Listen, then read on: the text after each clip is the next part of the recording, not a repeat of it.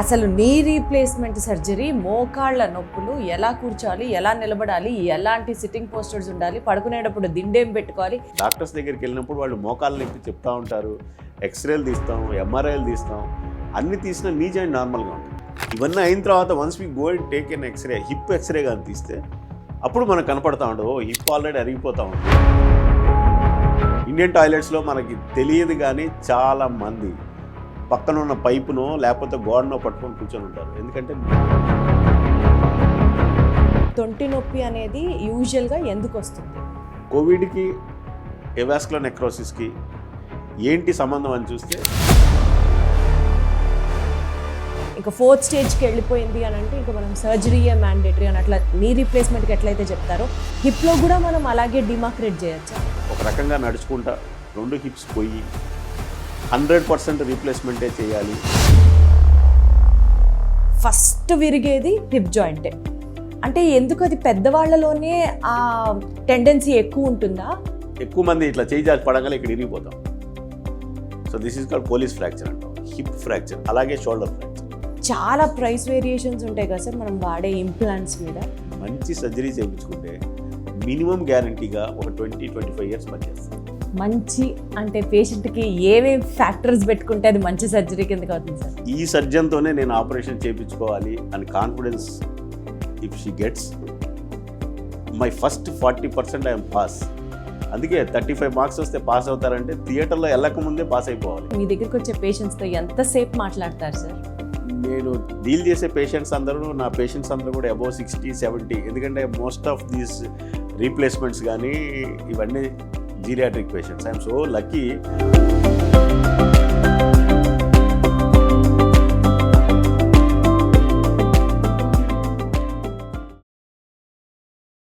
ఒక్కొక్కసారి అనిపిస్తూ ఉంటుంది, ఒక పాయింట్ గురించే మాట్లాడతారా, ఇంకా వేరేవి ఇంపార్టెన్స్ ఎందుకు ఇవ్వం మనం?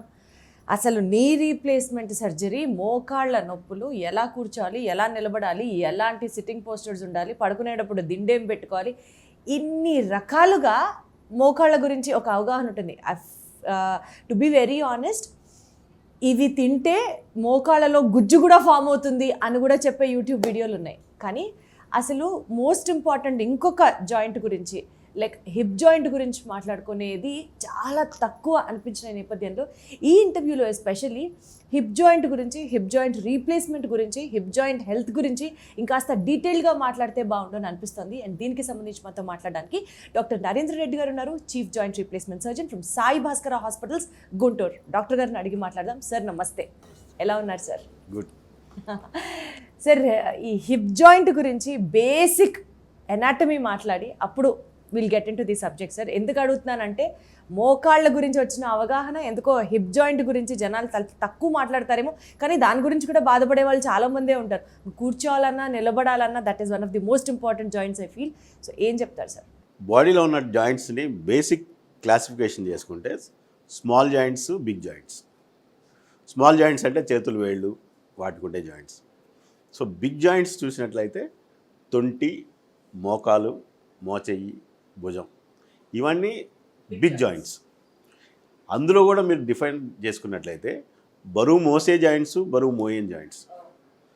భుజము, మోచెయ్యి చూసినట్లయితే అవి బరువు మోయవు, నడకలో వాటి అవసరం లేదు. మనిషి నడుస్తూ ఉండాలంటే major joints hip joint and knee joint. So తొంటి, మోకాలు, ఈ రెండు మనిషి యొక్క కదలికకి చాలా అవసరమైంది. జంతువుల్లో చూస్తే 4 కాళ్ళ మీద నడుస్తాయి కాబట్టి వెయిట్ డిస్ట్రిబ్యూషన్ డిఫరెంట్గా ఉంటుంది. ఎప్పుడైతే మానవుడు నిటారుగా నిలబడి నడవటం స్టార్ట్ చేశాడో అప్పుడు వెయిట్ బేరింగ్ జాయింట్స్ యొక్క ప్రాముఖ్యత పెరుగుతూ వచ్చింది. ఎక్కువగా వాడే జాయింట్స్ కాబట్టి ప్రాబ్లమ్స్ కూడా ఆ జాయింట్స్లోనే వస్తూ ఉంటాయి. మనం ఇండియాలో పుట్టాం కాబట్టి, ఏషియాలో ఉన్నాం కాబట్టి మన ప్రాబ్లమ్స్ అన్నీ 90% మోకాళ్ళకు సంబంధించిన ప్రాబ్లమ్సే ఉంటాయి.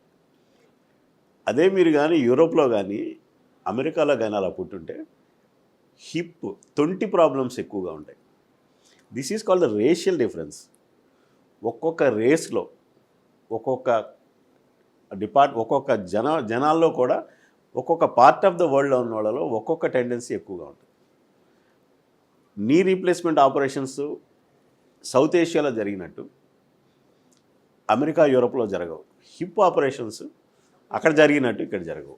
ఏంటి మనం డిఫరెన్స్ చూసినట్లయితే మన ప్రదేశాలన్నింటిలో కూడా మోకాళ్ళ మీద బరువు పడే పనులు ఎక్కువగా చేస్తుంటాం. కింద కూర్చోవటం, మోకాళ్ళ మీద కూర్చోవటం, బాచిపట్లు వేసి కూర్చోవటం, ఇవన్నీ చూస్తూ ఉంటాం. మీరు ఎప్పుడైనా కానీ ఫారినర్స్ ఎవరు కూడా బాచిపట్లు వేసి కూర్చోవటం వాళ్ళని ఎప్పుడు మీరు చూసుంటారు. ఎప్పుడు కూడా కింద కూర్చొని భోజనం చేయడం వాళ్ళని ఎప్పుడు చూసుంటారు. మీరు ఎప్పుడన్నా తెల్లవాళ్ళని ఇంటి బయట కూర్చొని కింద కూర్చొని బట్టలు ఉతకడం చూసుంటారు. So what all they do, వాళ్ళంతా స్టాండింగ్ పొజిషన్లో. కానీ ఈవెన్ గుళ్ళోకి వెళ్తే మనం కంపల్సరీగా చెప్పులు విడిచేసి కింద కూర్చోవడానికి ప్రయత్నం చేస్తుంటాం. వాళ్ళు చర్చికి వెళ్ళినా కూడా they have their own chairs, stools. ఎక్కడ దేవుడి దగ్గరికి వెళ్ళినా కూడా కింద కూర్చోవడం అనేది కల్చర్లో లేదు. So there cultural differences, racial differences ఉండటం మూలంగా ఈ తొంటి యొక్క ప్రాముఖ్యత మనకి ఇక్కడ కొంచెం తక్కువ తక్కువగా. కంపారిటివ్లీ. కానీ తొంటి ఇంపార్టెన్స్ ఎప్పుడు తెలుస్తుందంటే ఒక 70 ఏళ్ళ తర్వాత బాత్రూంలో జారి పడతారు. కామన్గా అంటారు, మా మామగారు పడ్డారు తొంటి ఇరిగింది అని. మా ఇంట్లోనే ఒక ఎగ్జాంపుల్ సార్. అంటే ఇరగటం కామను, అరగటం తక్కువ. మోకాల్లో అరగటం ఎక్కువ, ఇరగటంతో పాటు అరగటం ఎక్కువ. మోకాల్లో తొంటిలో విరగటం ఎక్కువ, అరగటం తక్కువ. సో అందుకని మనం ఏం చూస్తుంటామంటే తొంటిలో వచ్చే ప్రాబ్లమ్స్ని చాలాసార్లు ఐడెంటిఫై చేయలేము. కామన్గా చెప్తారు సడుగులో నొప్పి వచ్చింది, గజ్జల్లో నొప్పి వచ్చింది, బ్యాక్ పెయిన్ వచ్చింది, బ్యాక్ పెయిన్ వచ్చింది అంటారు. మీరు కోసం మక్కెలో నొప్పి వచ్చింది అంటారు. ఇవన్నీ కామన్ టర్మినాలజీ వాడేది. అంటే అది తొంటిలోంచి వస్తుంది అని కూడా ఐడెంటిఫై చేయకుండా మోస్ట్ ఆఫ్ ద టైం ఇది ఏదో నడువు నొప్పులే, ఎగ్జాక్ట్లీ సార్, కరెక్ట్, అదేదో బ్యాక్ పెయిన్లే, అది బ్యాక్ పెయిన్ మూలంగా వస్తుందిలే. Most of the time back pain, hip pain రెండు కలిసి ఉండటం మూలంగా అలా అనుకుంటాం. డిఫరెన్సియేషన్ కూడా కష్టంగా అర్థం కాదు. అన్లెస్ మీరు ఇండియన్ టాయిలెట్స్ వాడుతుంటే తప్పిస్తే. ఎప్పుడైతే దాంట్లో కూర్చోవడం కష్టంగా ఉండి కాళ్ళు మడవటం కష్టమై దగ్గరికి రాకపోతే అనిపిస్తూ ఉంటుంది. ఏదైనా సపోర్ట్ పట్టుకొని టాయిలెట్లో కూర్చోవాలి అన్న పరిస్థితి వచ్చిందంటే hip is not cooperating with. రెండోది మనం చూసినట్లయితే ఈ హిప్పు, ఈ తొంటి నొప్పి ఆశ్చర్యకరంగా మోకాల్లో వస్తుంది. That is called referred pain. అంటే తొంటిలో ఒక ప్రాబ్లం ఉంటే మోకాలు నొప్పి వస్తుంది. సో చాలాసార్లు మనం చూస్తుంటాం డాక్టర్స్ దగ్గరికి వెళ్ళినప్పుడు వాళ్ళు మోకాలు నొప్పి చెప్తూ ఉంటారు. ఎక్స్రేలు తీస్తాం, ఎంఆర్ఐలు తీస్తాం, అన్ని తీసినా నీ జాయింట్ నార్మల్గా ఉంటుంది. ఇవన్నీ అయిన తర్వాత once we go and take an X-ray, hip X-ray కానీ తీస్తే అప్పుడు మనకు కనపడతా ఉంటుంది, ఓ హిప్ ఆల్రెడీ అరిగిపోతూ ఉంది, హిప్ పెయిన్ నీలో వస్తూ ఉంది. సో ఈ కన్ఫ్యూజ్డ్ స్టేట్ ఆఫ్ డయాగ్నోసిస్ మూలంగా హిప్ గురించి మనం తెలుసుకునేటప్పటికే కొంచెం డిలేడ్గా వస్తూ ఉంటాయి. ఎప్పుడైతే మీరు కాలు మీద కాలు వేసుకొని కూర్చోవడానికి కష్టపడుతున్నారో, కాలు మీద కాలు వేయాలంటే మీరే ఎత్తి పెట్టుకొని వేసుకొని దగ్గరగా పెట్టుకుంటున్నారో, ఎప్పుడైనా ఇంట్లో ప్యాంట్ వేసుకోవాలంటే ఒక కాలు ఎత్తి ఇంకో కాలు పెట్టలేకపోతున్నారో, ఎప్పుడైతే సాక్స్ వేసుకోవాలంటే మీరు వంగి సాక్స్ వేసుకుంటుంటే మీకు గజ్జల్లో నొప్పి రావటం వస్తుందో, ఈ కామన్ సిమ్టమ్స్ ఎప్పుడైతే వస్తున్నాయో అప్పుడే వాళ్ళకి డిఫరెన్స్ తెలుస్తూ ఉంటుంది. మీరు చాలామంది అడగండి కాలు మీద కాలు వేసుకోలేరు, ఎందుకంటే వాళ్ళకి ఆల్రెడీ ఎగ్జిస్టింగ్ హిప్ ప్రాబ్లమ్స్ ఉంటాయి, వాళ్ళు ఐడెంటిఫై చేయలేరు. ఇండియన్ టాయిలెట్స్లో మనకి తెలియదు కానీ చాలామంది పక్కన ఉన్న పైపునో లేకపోతే గోడనో పట్టుకొని కూర్చొని ఉంటారు, ఎందుకంటే ఈ వంకవు. ఇలాంటి పరిస్థితుల్లో హిప్ ప్రాబ్లమ్స్ని ఐడెంటిఫై చేయడం కొంచెం డిఫికల్ట్గా ఉంటుంది. ఆ ప్రజెంటేషన్ కూడా లేట్గా ప్రజెంట్ అవుతూ ఉంటారు. ఇవి చాలామందిలో ఉన్నాయి. ఇప్పుడు ఎందుకు వస్తుంది సార్ ఈ తొంటి నొప్పి అనేది? యూజువల్గా ఎందుకు వస్తుంది? ఏ జాయింట్లో పెయిన్ అయినా కానీ ఒక కారణం ఉండాలి. మోకాళ్ళలో వచ్చే నొప్పి మెకానికల్ ప్రాబ్లమ్స్తో వస్తూ ఉంటుంది, వెయిట్ బేరింగ్ కాబట్టి వస్తూ ఉంటుంది. తొంటి ఏంటంటే బాల్ అండ్ సాకెట్ జాయింట్ అంటాం, అంటే గిన్నె బంతి, అంటే ఇట్స్ హైలీ ప్రొటెక్టెడ్ జాయింట్. ఆ జాయింట్ చుట్టూరు మీరు చూసిన కండరాలు ఎక్కువగా ఉంటాయి. మోకాళ్ళ దగ్గర ఏం కండరాలు ఉండవు, చర్మంగా వస్తే directly into the joint. Hip అలాగా చాలా లోపలగా ఉంటుంది, దాని చుట్టూరు పటిష్టమైన కండరాలు ఉంటాయి. మీరు ముందు వైపు కానీ వెనక వైపు కానీ చూసుకుంటే, అటు బటక్స్ చూసుకున్నా, ఇటు థైస్ చూసుకున్నా, it is highly surrounded with lot of muscles. అందువల్ల ఏంటి, దీనికి సెకండరీ స్టెబిలిటీ అంటాం. ఒకవేళ కొద్దో గొప్ప ఇది ఇబ్బంది ఉన్నా పక్కన ఉన్నాయన్నీ దానికి ఒక చెయ్యి అందించి నడిపిస్తూ ఉంటాయి. మోకాల్లో చిన్న ప్రాబ్లం వస్తే డెఫినెట్గా బయటపడిపోతుంది, ఎందుకంటే దానికి సహాయం చేయడానికి చుట్టుపక్కల ఎక్కువ మజిల్స్ లేవు. ఈ ప్రాబ్లమ్స్, హిప్ ప్రాబ్లమ్స్ వయసు రీత్యా హిప్ అరిగిపోవడం అనేది చాలా తక్కువ ఇండియాలో. బికాజ్ అంత ప్రొటెక్షన్ ఉంటుంది. Hip joint because of the protective nature of the race వాళ్ళ హిప్ జాయింట్ అరగటం చాలా తక్కువ. కానీ యంగ్ పీపుల్లో చాలా ఎక్కువగా చూస్తూ ఉంటాం. Especially conditions like rheumatoid arthritis, conditions like gout, conditions like previous tuberculosis, conditions like avascular necrosis, అంటే కారణం లేకుండా ఎందుకు అరిగిపోతుందో తెలియకుండా అరిగిపోవటాన్ని ఏవాస్కులర్ నెక్రోసిస్ అంటాం. అంటే రక్త ప్రసారం తక్కువైపోయి బంతి మెత్తబడిపోయి షేప్ పోయి గిన్నె యొక్క షేపును కూడా ఆల్టర్ చేసుకుంటా ఆ రెండింటి మధ్య అరుగుదల డెవలప్ చేసే కండిషను ఏవాస్కులర్ నెక్రోసిస్. ఎస్పెషల్లీ ఇప్పుడు కోవిడ్ వచ్చిన తర్వాత చాలామంది యంగ్స్టర్స్లో ఎవరైతే హాస్పిటలైజ్ అయ్యారు కానీ ఎవరైతే స్టెరాయిడ్ ట్రీట్మెంట్స్ తీసుకున్నారో వాళ్ళలో ఏవాస్కులర్ నెక్రోసిస్ ఎక్కువగా చూస్తున్నాం. కోవిడ్కి ఏవాస్కులర్ నెక్రోసిస్కి ఏంటి సంబంధం అని చూస్తే కోవిడ్ వచ్చిన వాళ్ళందరికీ ఏవాస్కులర్ నెక్రోసిస్ రాదు. ఏవాస్కులర్ నెక్రోసిస్ రావడానికి steroid is one of the cause. వాటి మూలంగా రక్తనాళాల్లో చివర ఉన్న రక్తనాళాలు బ్లాక్ అయితే బ్లడ్ సప్లై తగ్గిపోయి బాల్ మెత్తబడిపోయి వచ్చేదే ఏవాస్కులర్ నెక్రోసిస్. సో యంగ్ పీపుల్లో ఎవరిలో అయితే బ్రెడ్ విన్నర్స్ అంటారు, ఆ ఫ్యామిలీ కోసం వాళ్ళు కష్టపడుతూ ఉంటారు. యంగ్ పీపుల్ ఇప్పుడిప్పుడే అసలు పెళ్ళి కాక ముందే 2 హిప్స్లో ప్రాబ్లం ఉన్న వాళ్ళని చాలా ఎక్కువ మంది చూస్తున్నాం. ఇప్పుడు ఇమాజిన్ యంగ్ పర్సన్ ఒక రకంగా నడుచుకుంటా 2 హిప్స్ పోయి 100% రీప్లేస్మెంటే చేయాలి, వేరే ట్రీట్మెంట్ లేనటువంటి కండిషన్స్లో ల్యాండ్ అవుతూ ఉన్నారు. సో ఇవన్నీ కారణాలు చూసినట్లయితే హిప్పులో ఆర్థరైటిస్ డెవలప్ చేయడానికి ఇవన్నీ కారణాలు ఉన్నాయి. సరే, ఇప్పుడు హిప్ రీప్లేస్మెంట్ సర్జరీ కూడా నీ రీప్లేస్మెంట్ లాగా స్టేజెస్ ఉంటాయి. ఒక స్టేజ్, సెకండ్ స్టేజ్ వరకు మనం ఈ పిఆర్పి లాంటివి చేయొచ్చు, పెయిన్ మేనేజ్మెంట్ చేయొచ్చు. ఇంకా 4th స్టేజ్కి వెళ్ళిపోయింది అని అంటే ఇంకా మనం సర్జరీయే మ్యాండేటరీ అని అట్లా నీ రీప్లేస్మెంట్కి ఎట్లయితే చెప్తారో హిప్లో కూడా మనం అలాగే డిమార్క్రేట్ చేయొచ్చా? హిప్ అనేది మీరు క్లాసికల్గా ఉంటుందండి. మనిషి నడిచేటప్పుడు ఒక రకంగా కుంటుతూ ఉంటారు. యంగ్ పీపుల్, మీరు వయసు పెరిగిన వాళ్ళు కుంటుతాం అంటే మోకాళ్ళు అరిగిపోయో రకరకాల విధంగా కుంటుతూ ఉంటారు. యంగ్ పర్సన్, ఒక 25 ఇయర్స్ ఉన్న పర్సన్ సడన్గా నడిచేటప్పుడు ఒక రకమైన నడకలో వేరియేషన్ వస్తూ ఉంటుంది. That is called limping, antalgic gait అంటాం. అంటే నొప్పి వస్తుంది కాబట్టి ఆ కాలు మీద బరువు ఎక్కువసేపు పెట్టకుండా టక్కని తీసేస్తూ ఉంటారు. అటువంటి పరిస్థితుల్లో మనకి ప్రజెంట్ అవుతూ ఉంటారు. ఎవరైతే నైట్ పెయిన్, రాత్రి నిద్రలో కూడా పడుకుంటే కూడా నొప్పిగా ఉందో, night pains and rest pain, కూర్చొని ఉన్నా కూడా నొప్పి ఉంటాం, ఈ 2 వచ్చే వరకు వాళ్ళకి ఆపరేషన్ అనేది అవసరం లేదు. తిరుగుతూ ఉండొచ్చు, కొద్ది గొప్ప నొప్పిగా ఉన్నా కూడా, కొంచెం కుంటుతూ ఉన్నా కూడా వాళ్ళు మేనేజ్ చేసుకోవచ్చు.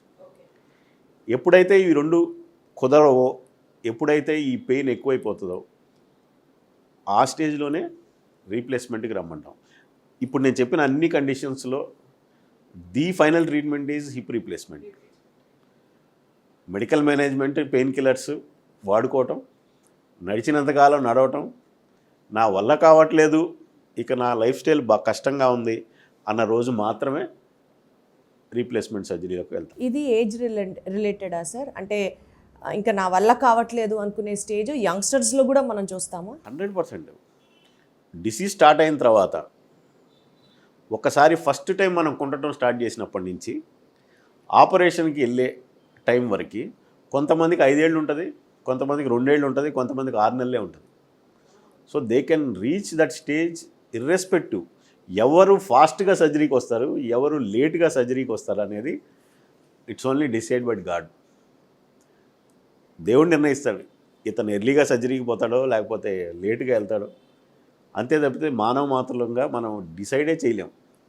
దీన్ని కూడా మనం ప్రొటెక్ట్ చేసుకోవాలి అని అంటే పోస్టరల్ చేంజెస్ కానీ లేకపోతే ఎవ్రీ డే పెయిన్ వచ్చింది అని అన్నప్పుడు మనం ఇప్పుడు చెప్తారు కదా సార్ కొన్ని ఎక్సర్సైజెస్ ఫిజియోథెరపీ ఎక్సర్సైజెస్ మనం ఇంట్లో చేసుకుంటే కండరాలు కొంచెం స్ట్రాంగ్ అవుతాయి, నొప్పి తగ్గుతుంది, ఇట్లాంటివి ఏమన్నా మనం మేనేజ్మెంట్ చేసుకోవచ్చా? ఎప్పుడైనా ఒక జాయింట్ని హెల్తీగా మెయింటైన్ చేయాలంటే దాని చుట్టూ ఉన్న కండరాలను బలపరుచుకోవడం ఎనీ జాయింట్కి కామన్ ఫిలాసఫీ. హిప్ అయినా నీ అయినా కానీ ఒక జాయింట్ 100 kgs మోయాల్సి అంటే ఒక 50 kgs జాయింట్తో మోపించి ఒక 50 kgs మజిల్స్తో మోపించారనుకోండి, అప్పుడు ఆ జాయింట్ కొంచెం రెస్ట్ షేర్ చేసుకుంటారు. సో ఆ షేరింగ్ కోసమే ఈ మజిల్స్ని డెవలప్ చేయమంటాం మనం. ఎప్పుడైతే ఆ మజిల్స్ స్ట్రాంగ్గా ఉంటాయో ఇతను కొంత ఎక్కువ రోజుల పాటు ఆ నొప్పితో మేనేజ్ చేయగలుగుతారు. So every time keeping the muscles around a joint is the secret that it prolong చేయడానికి పనికొస్తుంది. ఇక్కడ సర్జరీకి ఎందుకు వెళ్తున్నామంటే రక్త ప్రసారం లేకపోవటం మూలంగా పొలాల్లో చూడండి, చివరి పొలాలకి నీళ్ళు అందవు, అంటే కాలంలోంచి నీళ్ళు వెళ్ళవు ముందుకి. ఎప్పుడైతే ఆ నీరు అందదో ఆ వెనక పొలాలు ఎండిపోతాయి, ముందు హెల్దీగానే ఉంటాయి.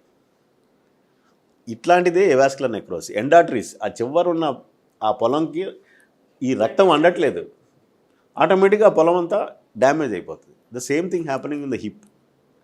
ఎక్కడైతే బ్లాక్ ఉంటుందో ఆ బ్లాక్ నుంచి ముందుకెళ్ళే ప్రదేశంలో ఉన్న ఎముకంతా మెత్తబడిపోయి డెడ్ బోన్ అయిపోయి షేప్ ఆల్టర్ అయిపోయి, ఇమాజిన్ ఒక మంచి రౌండ్గా ఉండేది గిన్నె కప్పు తిరుగుతుంటే ఎక్కువ కాలం ఉంటుంది.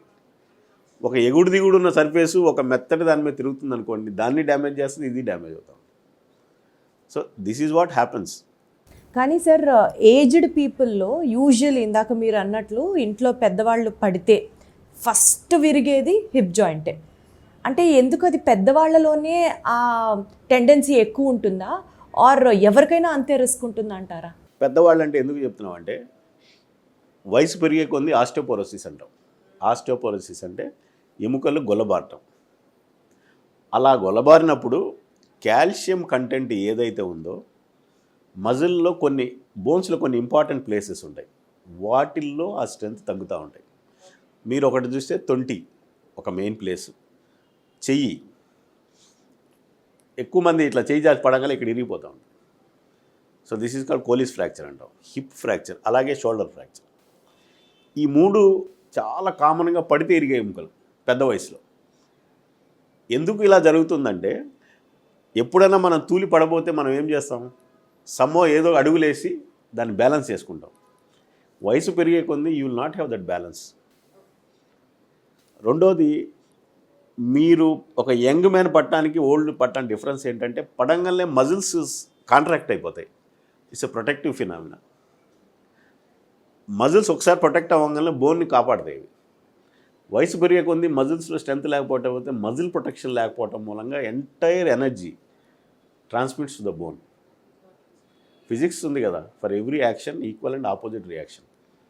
మనం భూమి మీద పడ్డప్పుడు ఎంత రియాక్షన్ ఇస్తామో భూమి కూడా అంతే రియాక్షన్ ఇస్తుంది. ఆ రియాక్షన్ మూలంగా ఎక్కువ ఫోర్స్ ట్రాన్స్మిట్ అయినప్పుడు టక్కని ఇరిగిపోతాయి. ఎక్కడైనా వీకెస్ట్ పాయింట్స్ ఉన్నాయంటే తొంటి. అందుకనే బాత్రూంలో చిన్నగా స్లిప్ అయి జారిపడంగానే తొంటి ఫ్రాక్చర్స్ అవుతూ ఉంటాయి. మజిల్ స్ట్రెంత్, బోన్ స్ట్రెంత్ వీక్గా, కాంప్రమైజ్గా, బ్యాలెన్స్ లేకపోయే ఉండే వయసు అది. అందుకనే కామన్గా ఫ్రాక్చర్స్ అవుతూ ఉంటాయి. సో ఇప్పుడు సర్జరీయే ఇంకా దీనికి మార్గం అని అనుకున్నప్పుడు, తొంటి రీప్లేస్మెంట్ సర్జరీకి వెళ్ళినప్పుడు చాలా ప్రైస్ వేరియేషన్స్ ఉంటాయి కదా సార్ మనం వాడే ఇంప్లాంట్స్ మీద. ఏది better and how do we have to select it? This is a commercial world అండి. Everywhere there are options.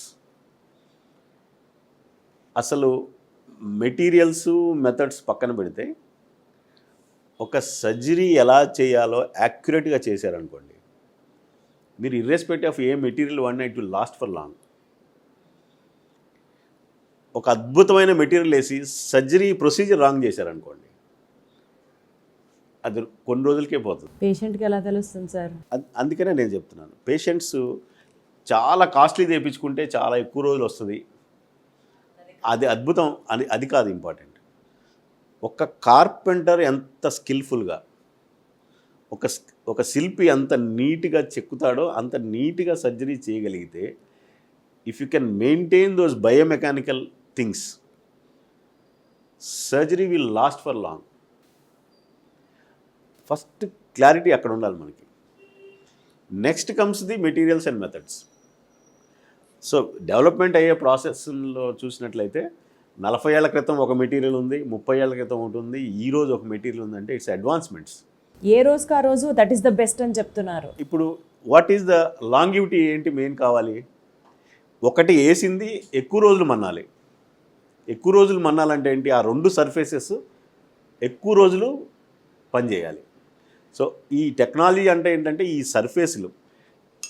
సర్ఫేసులు ఏదైతే స్మూత్గా ఉండే సర్ఫేసులు ఏదైతే ఉంటాయో ఈ సర్ఫేసుల్లో మెటలర్జీ పెరిగిన తర్వాత సిరామిక్ అని, కోబాల్ట్ క్రోమ్ అని, ఆక్సినియం అని ఇలా మెటల్స్ పెరుగుతూ వస్తాయి. అంటే ఈ మెటల్స్లో వచ్చిన డిఫరెన్స్ మూలంగా ఎక్కువ కాలం మన్నుతూ ఉన్నాయి.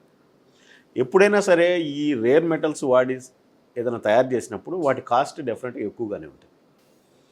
అందువల్ల లాంగ్ డ్యూరేషన్ పనిచేసేటువంటి సిరామిక్స్, ఆక్సినియం వాడినప్పుడు కాస్ట్ కొంచెం ఎక్కువగా ఉంటుంది. కామన్గా 90% ఆఫ్ పీపుల్ వేయించుకునే కోబాల్ట్ క్రోమ్ చూస్తే కొంచెం తక్కువగా ఉంటుంది రేట్. సో హిప్ రీప్లేస్మెంట్లో ఈ మెటీరియల్స్ గురించి మర్చిపోయి మంచి సర్జరీ చేయించుకుంటే మినిమం గ్యారంటీగా ఒక 20-25 ఇయర్స్ పనిచేస్తుంది. మంచి అంటే పేషెంట్కి ఏమేమి ఫ్యాక్టర్స్ పెట్టుకుంటే అది మంచి సర్జరీ కిందకి అవుతుంది sir? You should select an experienced doctor. You should select a doctor which has got insight into patient. You should select a hospital which can deliver you whatever you want. ఇది ఈ సర్జరీని చాలా orthopaedic surgeons చేయగలుగుతారు. చదువుకొని బయటకు వచ్చిన ప్రతి orthopedic surgeon మంచి సర్జనే. Everybody tries to do the same surgery. అందరూ ఆ టెక్స్ట్ బుక్లో చదువుకున్నట్టుగానే బయటకు వచ్చిన ప్రతి ఒక్కళ్ళు చేస్తూ ఉంటారు. కానీ few surgeons are popular because of their approach, because of their results, ఆ టెక్నాలజీ, ఆ మైండ్ఫుల్నెస్. మీరైతే మీ దగ్గరికి వచ్చే పేషెంట్స్తో ఎంతసేపు మాట్లాడతారు సార్? అంటే ఇది కూడా చాలా హైపోథెటికల్ క్వశ్చన్. ఓపీ వెయిట్ చేస్తూ ఉంటే బయట మీరు అన్నన్ని గంటలు ఒక పేషెంట్తో మాట్లాడడానికి కుదరకపోవచ్చు. కానీ ఇందాక మీరు అన్నారు చూడండి, a doctor who actually gets the insights from the patient అని. ఆ రిలేషన్ ఎప్పుడు వస్తుందంటే when you can actually talk to the patient very openly and time ఇచ్చి మాట్లాడితే. We have seen few doctors ఒక కర్టన్ ఉంటుంది మధ్యలో, అంతే ఇక్కడ నుంచోని పేషెంట్తో టకటక 2 నిమిషాలు మాట్లాడి మళ్ళీ ఇంకో కర్టన్కి వెళ్ళి మళ్ళీ అటు వెళ్ళి అక్కడ మాట్లాడుతూ ఉంటారు. It's not that they don't give time to the patients, but it's that they have a huge OP to be addressed as well. మీ దగ్గరికి వచ్చే పేషెంట్స్కి మీరు ఎంత టైం ఇస్తారు సార్?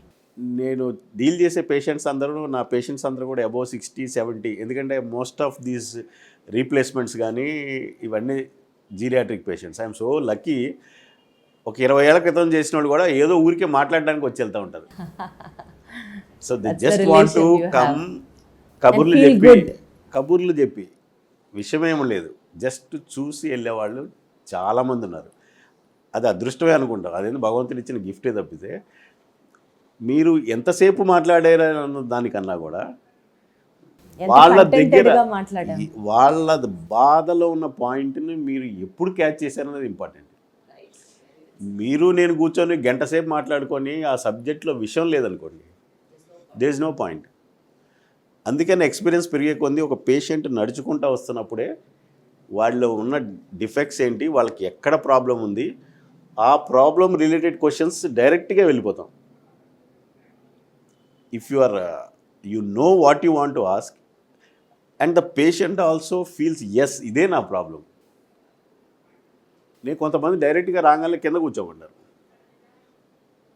వాళ్ళు స్ట్రగుల్ అయిపోతుంటారు బాచిపట్లు వేయడానికి. It's over. ఇంకా they definitely have a hip problem.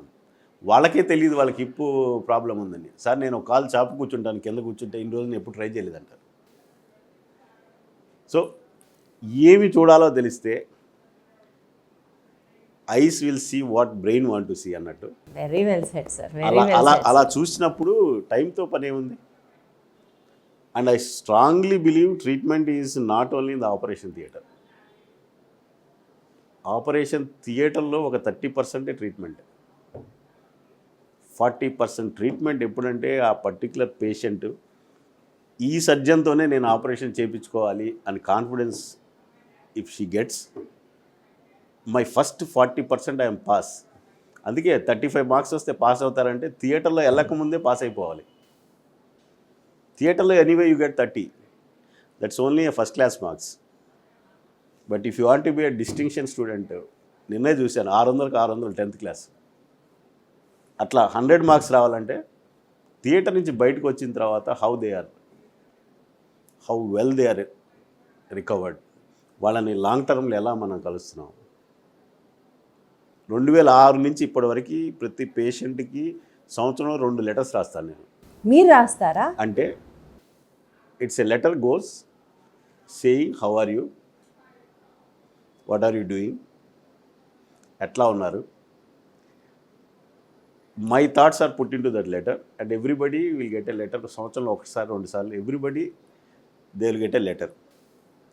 ఆ communication once you start having, వాళ్ళు అంతే కదా.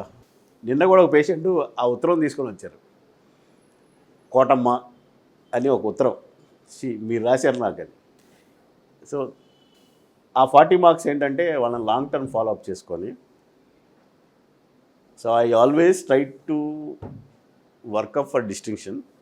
More power to you sir, more power to you.